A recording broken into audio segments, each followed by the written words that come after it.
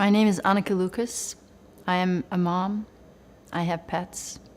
And I'm currently the leader of an organization that brings yoga into prisons. I'm also a survivor of child sex trafficking. I was raised in Belgium and sold into a murderous pedophile network right around my 6th birthday. I was used in this network for 5 years and a half. Adult men that were part of this exclusive club were there for various reasons, but there was a lot of alcohol, a lot of drugs, and the children were the commodity, the highest, the most valued commodity, and were used for sex mostly. But there were a number of aristocrats that were part of this club who also liked killing children. And then my time had come. At the age of 11, I was about to be killed. I was tortured because someone who had protected me for a while and then abused me really badly was done with me. I was strapped to a butcher's block. That was black from the blood of all the children that had come before me.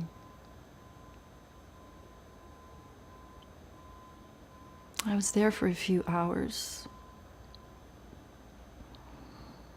My body is full of scars, and every scar reminds me of the moment. I thought that I was going to be killed like all the children that weren't loved enough to live. And I was going to be forgotten as well. And I wasn't ready to die. Someone from inside that network loved me enough to rescue me.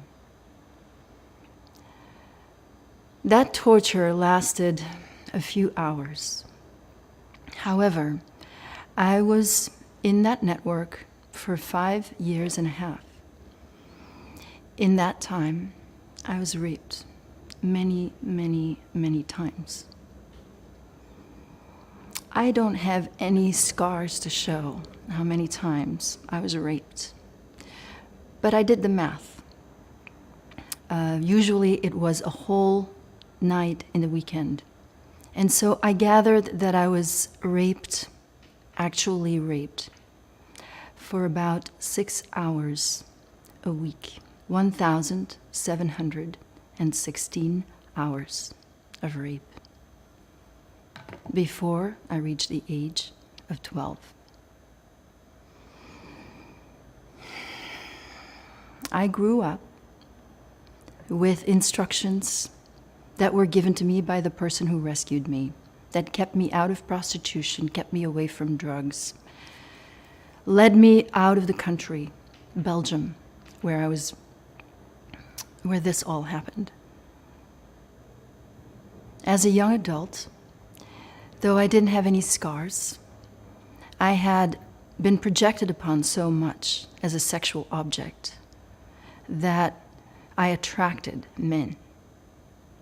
And part of me needed that to live, because that was the only way I knew how to feel good. And as a young woman, I was so disrespected and so used. And yet everyone was so ready to put the blame with me for being promiscuous, for being, as was said, cheap, a whore, all these things, all these epithets, so quick to denounce me.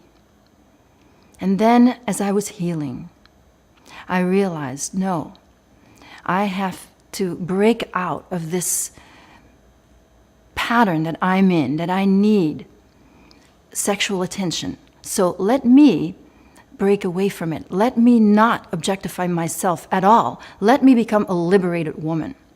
And so I worked for decades and decades, feeling into all the pain of what was done to me, all the betrayal of being sold by my parents. Children are the most vulnerable of our population.